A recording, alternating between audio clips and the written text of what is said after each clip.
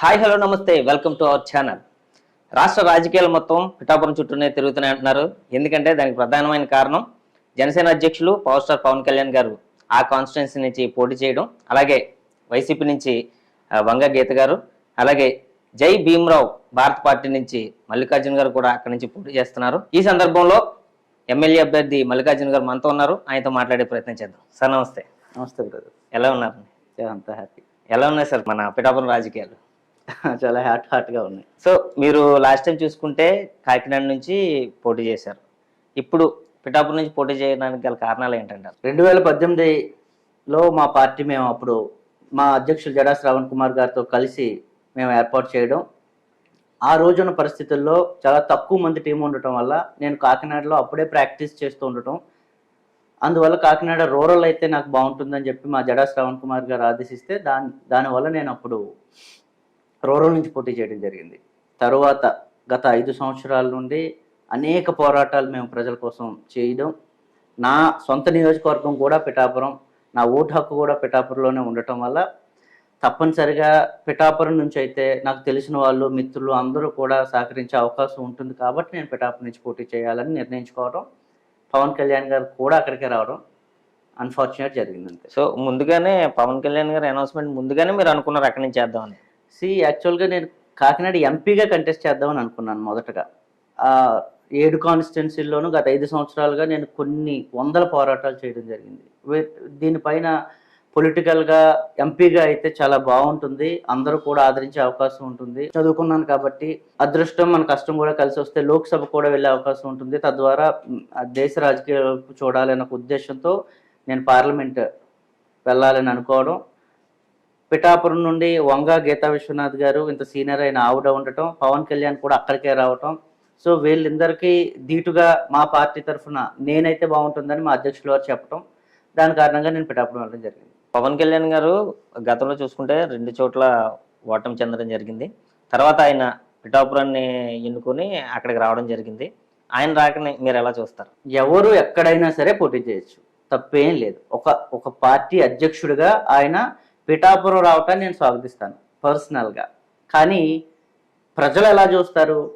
పిఠాపురం ఎప్పుడూ రాని పవన్ కళ్యాణ్ పిఠాపురం ఈ రోజు వచ్చాడు అంటే స్వార్థ రాజకీయాలు చేయడం కోసం అని ప్రజలైతే చూస్తారు.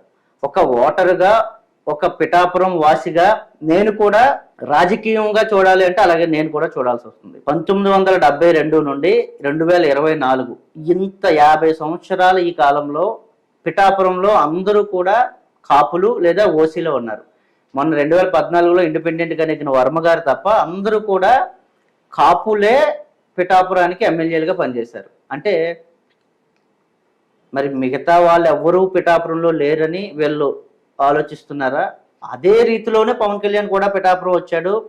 2019లో భీమవరంలో గాజువాకలో ఓడిపోయిన ఆయన ఈరోజు కాపులు ఎక్కువగా ఉన్నారని, 50 సంవత్సరాలుగా కాపులు మాత్రమే పిఠాపురాన్ని పరిపాలిస్తున్నారు కాబట్టి నేను కూడా వచ్చి అక్కడ ఉండాలి ఎమ్మెల్యేగా, అక్కడ కూడా పోటీ చేస్తే అవకాశం వస్తుందేమో అని పవన్ కళ్యాణ్ వచ్చాడని నేనైతే చూస్తా ఉన్నాను. సరే, ఆయన అయితే రీసెంట్గా పిఠాపురం వచ్చినప్పుడు కూడా చాలా వాగ్దానాలు అయితే చేశారు. సిల్క్ సిటీగా మన చేబ్రోలు చేస్తానని, స్మార్ట్ సిటీ పిఠాపురం చేస్తానని చాలా వాగ్దానాలు అయితే చేశారు. సో అవుతాయంటారు అవన్నీ? జనాధారణ పవన్ కళ్యాణ్ భీమవరం ఎన్నిసార్లు వెళ్ళాడు, గాజువాక్ ఎన్నిసార్లు వెళ్ళాడు, రేపు పొద్దుట పిఠాపురం కూడా వచ్చి ఒక సినిమా డైలాగులు చెప్పినట్టుగా రకరకాల ప్రామిసులు చేసుకుంటూ పోతే ప్రజలు చూస్తూ ఉంటారుగా. పొరపాటున ఓడిపోతే మళ్ళీ వస్తాడా? ఆ ఊరైనా వచ్చి అసలు చూస్తాడా ప్రజల్ని? ఇక ముందు ఏమైనా చూశాడా? భీమవరంలో గాజువాకలో ఆయన ఏమైనా బెటర్గా ప్రజల కోసం కష్టపడి పనిచేసి ఉంటే పిఠాపురం ప్రజలు నమ్మేవారేమో. కాబట్టి ఆయన ఓడినా అక్కడ ఉండడు, గెలిచినా అసలు ఉండడు అని నేను భావిస్తా ఉన్నాను. ఇప్పుడు చూసుకున్నట్టయితే పిఠాపురానికి చాలా ప్రాముఖ్యత వచ్చింది. అంటే చాలా మంది నా సన్నిహితులు కూడా ఒకప్పుడు హైదరాబాద్ లాంటి ప్రాంతానికి వెళ్ళినప్పుడు మీది ఏ ఊరు అంటే కాకినాడ అని చెప్పుకునే పరిస్థితి. ఈరోజు ఢిల్లీలో కూడా పిఠాపురం తెలుసు. సో ఇదంతా పవన్ కళ్యాణ్ వాళ్ళు కాదంటారా? ఇది కాదు. పిఠాపురం అనేది కొన్ని వందల సంవత్సరాల చరిత్ర కలిగిన ఒక మంచి ప్రదేశం. అవును. పవన్ కళ్యాణ్ అనే ఒక చరిష్మా, ఒక సినిమా చరిష్మా ఉన్న పర్సనాలిటీ వచ్చిన తర్వాత, ఈ సోషల్ మీడియా ఇంపాక్ట్ పెరిగిన తర్వాత మీరు అన్నది నిజంగానే ఇంపాక్ట్ అయ్యింది. కానీ పిఠాపురం రేపొద్దున పవన్ కళ్యాణ్ ఓడిపోతే ఉంటాడా, గెలిస్తే ఉంటాడా, ఇవన్నీ కూడా చూస్తారు. మరి ఇంత హడావుడి రాజకీయాలు చేసే పిఠాపురంలో హెలీప్యాడ్లతో హెలికాప్టర్ రాజకీయాలు కూడా చేసిన ఇదే పవన్ కళ్యాణ్ రేపు పొద్దుట పొరపాటున ఓడిపోతే పిఠాపురం వైపు ఎవరైనా చూస్తారా? ఎంత హైప్ తీసుకెళ్ళిన ఇదే పవన్ కళ్యాణ్ మీరు అన్నట్టుగా అక్కడ ఒకేసారి పడేస్తే ప్రజల పరిస్థితి ఏంటి? ఎంతో మంది ఇటువైపు చూసి ఇంత దారుణంగా మోసపోయి రేపు పొద్దుట పిఠాపురంలో పవన్ కళ్యాణ్ ఓడిపోయే అవకాశాలు ఎక్కువగా ఉన్నాయని నేను భావిస్తా ఉన్నాను. ఓడిపోయినా నేను ఇక్కడ ఉంటాను అని చెప్పి పవన్ కళ్యాణ్ ఇప్పటికీ కూడా స్టేట్మెంట్ ఇవ్వలేదు. సో దాన్ని కూడా ప్రజలు చూస్తారు. సో పిఠాపురం ఎక్కడున్నా సరే పిఠాపురం దాని చరిత్ర పిఠాపురంకే ఉంటుంది. పవన్ కళ్యాణ్ వచ్చినా మరొకరు ఎవరు వచ్చినా సరే పిఠాపురానికి ప్రత్యేకంగా ఏది కొత్తగా వచ్చేది లేదు. సో పవన్ కళ్యాణ్ వెనకాల తిరిగే కొంతమంది అనుచరులు ఎవరైతే ఉన్నారో వాళ్ళు మాకు అధికారం వచ్చినా రాకపోయినా పవన్ కళ్యాణ్ మనస్తత్వం ఏంటంటే ఆయన సంపాదించైనా తెచ్చి పేదవాళ్ళకి పెడతాడు. గతంలో ఒక 30 కోట్లు కౌలు రైతులకి ఇవ్వడం అయితేనేమి ఇలాంటివన్నీ బేస్ చేసుకొని అంటున్నారు. అంటే ఆ రెమ్యూనరేషన్ వాళ్ళ సినిమాలు తీసుకుని రెమ్యూనరేషన్ తెచ్చి ప్రజలకు పెడతాడు అని చెప్పేసి అని అయితే అంటున్నారు. అది ఎంతవరకు కరెక్ట్ అంటారు? ఇక్కడ 2 రకాలు చూడాలి. సినిమా ద్వారా రెమ్యూనరేషన్ ఎవరు ఇస్తున్నారు? ఇదే ప్రజలు ఇస్తున్నారు కదా. ఇదే ప్రజలు రెమ్యూనరేషన్ అంటే సినిమా 100 రూపాయలు, 200, 500, 1000 రూపాయలు అని చెప్పి ప్రజలు ఈ పిల్లలందరూ కూడా కష్టపడి పనిచేసిన ప్రతి రూపాయిని అదే పవన్ కళ్యాణ్కి ఇస్తుంటే దానిలో కొంత ఇదే ప్రజలకి ఇస్తున్నాడు. నేను దాన్ని అప్రిషియేట్ చేస్తాను. కానీ మనం 2 చూడాలి. ఎక్కడ ఈయన కష్టపడుతున్నాడు? కష్టానికి తగ్గ ప్రతిఫలమే పవన్ కళ్యాణ్ రేపు పొద్దున్న పొందుతున్నాడా? అది కూడా ప్రజలు చూస్తారు. నేనేమంటానంటే ఒక సినిమా తీసిన డబ్బుతో కొన్ని 10 కోట్ల రూపాయలు సహాయం చేశాడు అంటాను. కొన్ని 100 కోట్ల రూపాయలు ఆయన సంపాదిస్తూ ఉన్నాడు. నేనేం చెప్తున్నానంటే అసలు పవన్ కళ్యాణ్కనే కాదు సినీ గ్లామర్ అని ఎవరైతే వస్తా ఉన్నారో వీళ్ళందరికీ కూడా ఏదో ఒక చోట ఒక ఫుల్ స్టాప్ ఉండాలి అంటాను. అంటే వీళ్ళు తీసే సినిమా ఎంత బడ్జెట్లో తీస్తున్నారు, వీళ్ళు ఎంత రెమ్యూనరేషన్ తీసుకుంటున్నారు, ఆ రెమ్యూనరేషన్కి ఎక్కడో ఒక పోలిక ఉండాలి. ఒక రాష్ట్రంలో ఒక దేశంలో ఒక ఉన్నత చదువులు చదువుకుని ఒక మంచి వ్యక్తికి వచ్చే శాలరీ ఎంత, ఆయనకి ఇన్కమ్ ఎంత, వీళ్ళొక సినిమా ద్వారా సంపాదించే ఇన్కమ్ ఎంత, వీళ్ళందరికంటే వీళ్ళు గొప్ప నేను వీళ్ళ తీసే ప్రొఫెషన్ని నేను తప్పు పట్టట్లేదు. కానీ ఇంత డబ్బు అడ్డంగానో ఇంత డబ్బు దారుణంగా సంపాదిస్తున్నారు కాబట్టే వీళ్ళందరూ సినిమాల్లోకి నుంచి రాజకీయాల్లోకి రావడం జరిగింది.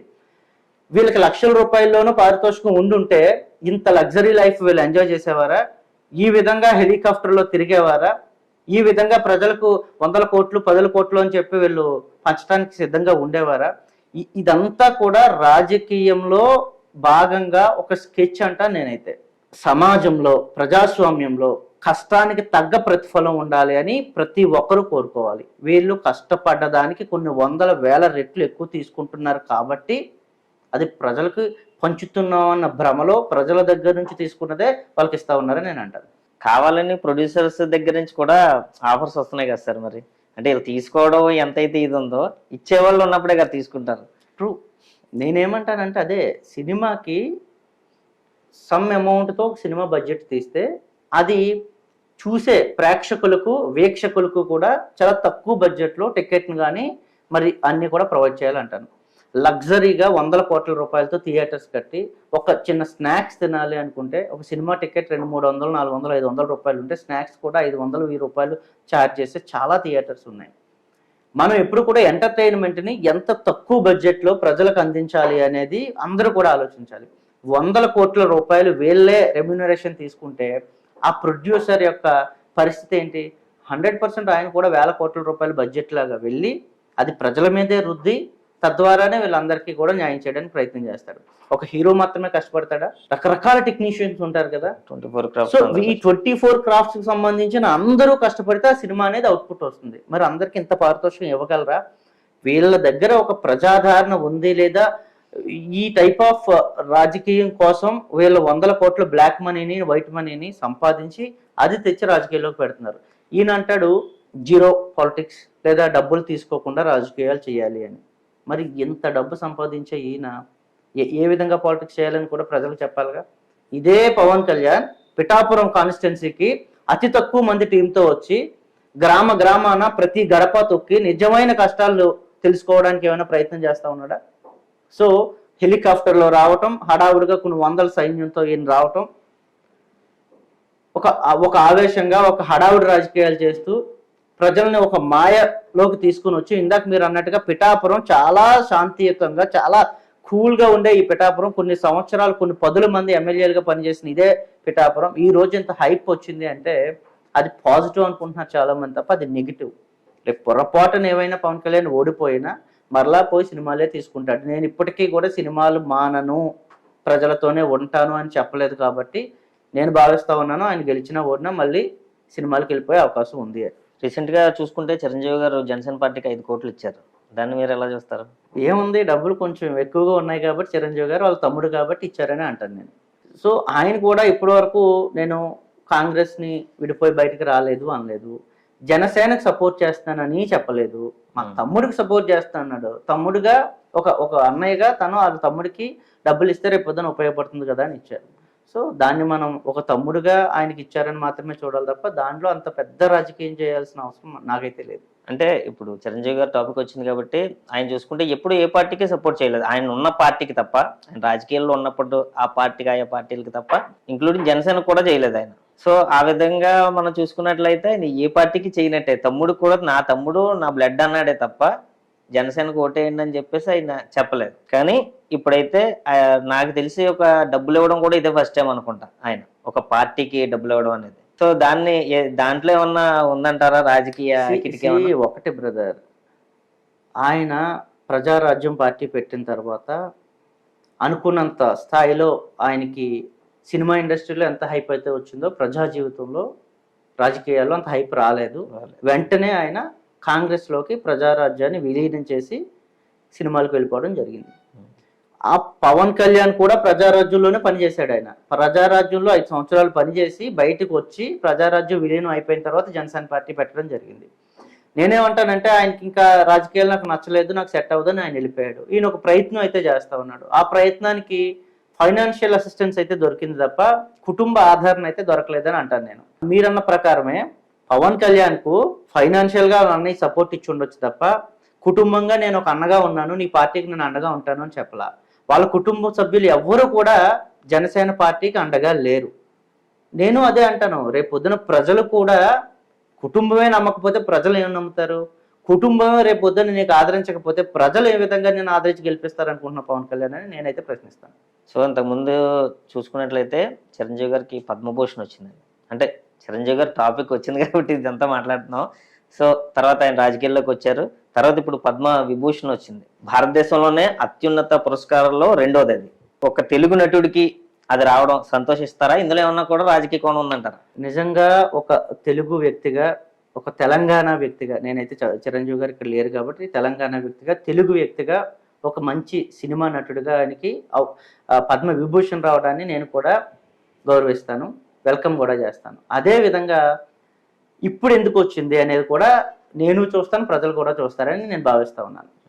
పద్మభూషణ్ వచ్చే టైంకి ఆయన చాలా మంచి సినిమా హీరోగా చాలా మంచి స్థితిలో ఒక మంచి స్థాయిలో ఉన్నాడు. ఆయన పద్మ విభూషణ్ వచ్చే టైంకి ఆయన పద్మభూషణ్కి ఎన్ని సినిమాలు తీశారు, ఏ విధంగా ఆయన ఫెయిల్యూర్ అయ్యారు, సినిమాలు ఏవైనా ప్రజలకు మంచి చైతన్యవంతంగా ఏమైనా ఉంటున్నాయని కూడా ప్రజలు చూస్తారు. అంటే పవన్ కళ్యాణ్ ఎప్పుడైతే ఎన్డీఏకి సపోర్ట్ చేస్తూ ఉన్నాడో అప్పుడు సడన్గా పద్మభూషణ్ నుండి పద్మ విభూషణ్ చిరంజీవికి రావడం, ఇది ఎక్కడో ఒక పొలిటికల్ అజెండా ఉంది అని నేను నమ్ముతున్నాను, ప్రజలు కూడా నమ్మే అవకాశం. అంటే అది కొంచెం క్లారిటీ ఇవ్వగలరా?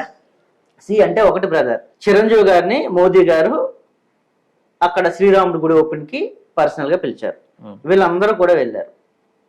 ఈయన ఇప్పటికీ కాంగ్రెస్ లోనే ఉన్నారు. వీళ్ళందరూ గుడికి వెళ్తారు, మోదీతో టచ్ లో ఉంటారు, మోదీ సభలకు హాజరవుతారు. ఇంత దారుణంగా వీళ్ళు ఇంటర్నల్ రాజకీయాలు చేస్తూ పవన్ కళ్యాణ్ రేపు పొద్దున ఎన్డీఏకి 2019లో పరమ బూతులు తిట్టిన ఇదే పవన్ కళ్యాణ్ ఎన్డీఏని, మోదీని, అందరినీ కూడా ఇప్పుడు సడన్ గా మరలా దేనికోసం వెళ్ళాడు? రాజకీయ స్టంట్ కంపల్సరీగా ఉంది. దాంట్లోకి కుటుంబ సభ్యుడైన అన్నయ్యని కూడా, చిరంజీవిని కూడా పవన్ కళ్యాణ్ లాగి కంపల్సరీగా పద్మవిభూషణ్ తెచ్చుకోవడానికి ప్రయత్నం చేశాడని అయితే నేను భావిస్తా ఉన్నాను.